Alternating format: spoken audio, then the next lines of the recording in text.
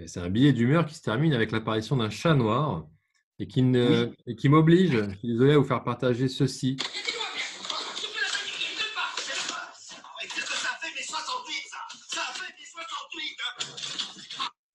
Voilà, je ne pouvais pas résister à cette évocation de nos années 68 ardes qui sont si loin de nous, y compris à Nanterre. Mais du moins, moi, j'aimerais rebondir sur ce que dit Charles. Il y a quand même un truc qui, moi, m'a beaucoup énervé là en ce moment. C'est le double discours, notamment de notre ministre, qui vient dire qu'elle va investir beaucoup d'argent dans la recherche. Je vois aussi notamment beaucoup de labos qu'il a, notamment sur tout ce qui est médical, recherche médicale, se jettent sur les financements ANR qui sont en train de pleuvoir par rapport au Covid et tout ce qui tourne autour, alors même qu'il y a quelques mois, il disait non mais il faut de la recherche pérenne, que d'ailleurs un des spécialistes du Covid, du moins du coronavirus, a dit qu'ils seraient plus avancés dans ces recherches actuellement s'ils avaient eu des financements plus importants de manière pérenne. Et là, le discours force vraiment le trait en disant il faut mettre de l'argent dans l'université, mais quand on regarde comment la ministre parle de l'argent qu'il faut mettre dans l'université, c'est toujours dans la logique des 13 pôles d'excellence au niveau national qu'on va bombarder d'argent et toutes les autres universités vont être passées par perte et profit. On va devenir des espèces, si on n'est pas dans une des pôles d'excellence, on va devenir des espèces alors c'est pas pour dénigrer les enseignants de lycée, mais des enseignants de lycée améliorés, où on va faire, voilà, on va assurer de la gestion du territoire pour permettre à ceux qui ne peuvent pas se déplacer dans des grands pôles d'excellence à l'université pour faire leurs études, de suivre des cours, mais surtout pas trop de recherche. Le recrutement par rapport à notre recherche est dénigré et la procédure de recrutement actuelle d'Écosse, elle nous y invite. On ne reçoit plus les travaux. On a juste la notice, on recrute un enseignant-chercheur, on a une audition de 10 minutes où tu peux pas voir l'enseignant que c'est et tu peux même pas voir le chercheur, il ne t'envoie pas les travaux. Donc toute la logique là, moi en ce moment, m'inquiète beaucoup pour l'avenir de l'université. Et le discours, moi, je trouve qu'il a l'air plus open pour le financement de l'université, mais il n'est pas. Sur le financement, de toute façon, là, les milliards d'euros qui sont promis sont des financements pour les sciences dures. C'était déjà sans doute un petit peu le cas avant l'épisode du coronavirus.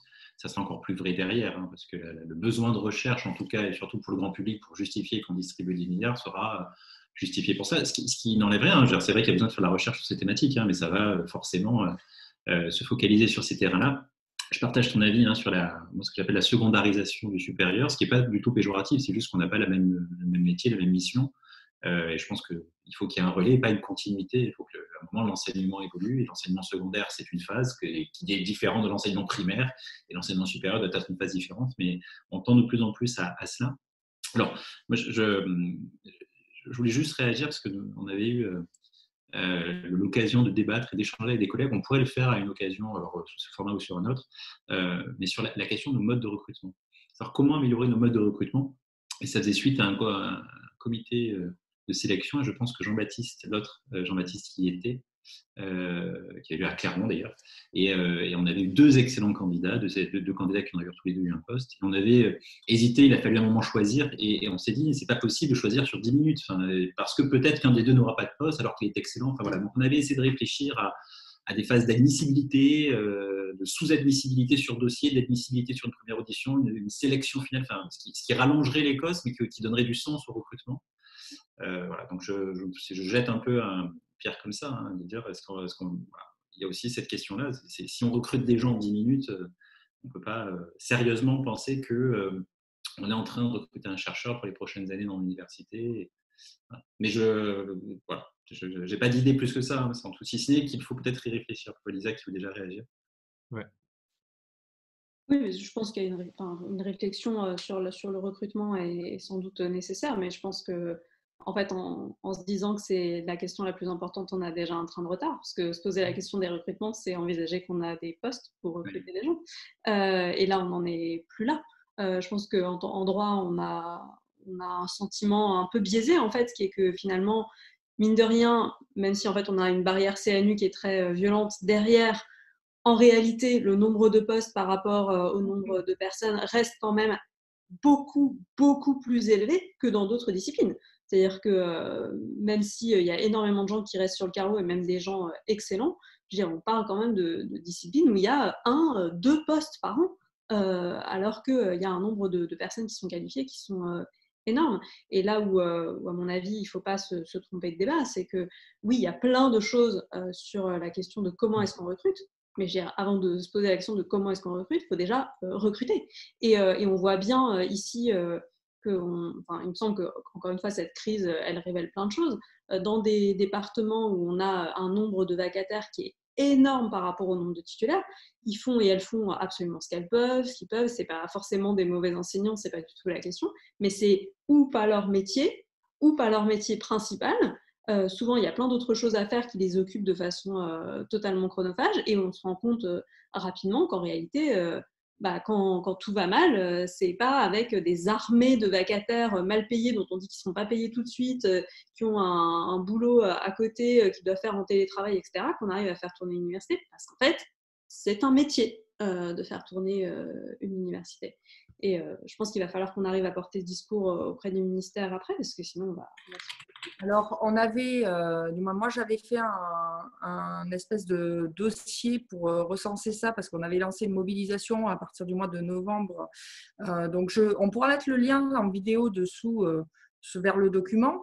On a perdu en sciences humaines et sociales près de 35% des postes entre ceux qui sont gelés et jamais remis, entre ceux qui sont réattribués à d'autres sections, notamment à des sections de sciences dures. Donc, vraiment, il y a beaucoup à dire. Et les vacataires en sciences humaines et sociales, ça représente quand même 40% des enseignements. Donc, tu enlèves les vacataires quand tu sais qu'ils sont payés en deçà du SMIC horaire, en plus, parce que j'avais mis tous les modes de calcul, mais en me basant sur les arrêtés et les décrets.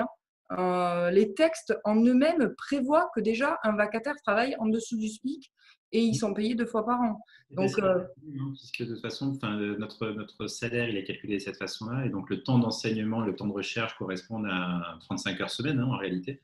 Non, c'est pas en 35 heures semaine, c'est 1 heure d'enseignement égale, selon l'arrêté, 4,2 heures.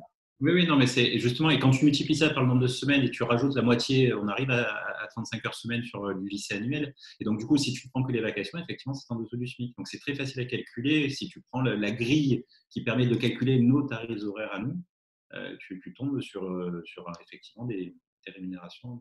Donc, ça fait partie. Mais si Marc est d'accord, on le mettra sous l'intervention et Charles, sous l'intervention de Charles, parce qu'il y a plein d'éléments chiffrés. Mais oui, faites. Il faut que ceux qui nous suivent sachent qu'ils ont, notamment sous le format de la chaîne YouTube, la possibilité de retrouver les liens, les bonnes adresses, y compris culinaires, que nous servons dans cette émission. Et j'en profite d'ailleurs, merci Mélanie pour ce petit coup de pouce pour indiquer à nos chers étudiants, puisqu'on est dans la chronique fonction publique de l'enseignement supérieur, qu'ils peuvent aussi nous proposer des sujets auxquels je suis certain que la plupart d'entre nous sauront au moins s'attacher à répondre, ne serait-ce que pour le plaisir de diminuer toujours cette fameuse distanciation sociale qui nous est imposée jusqu'à la rentrée prochaine.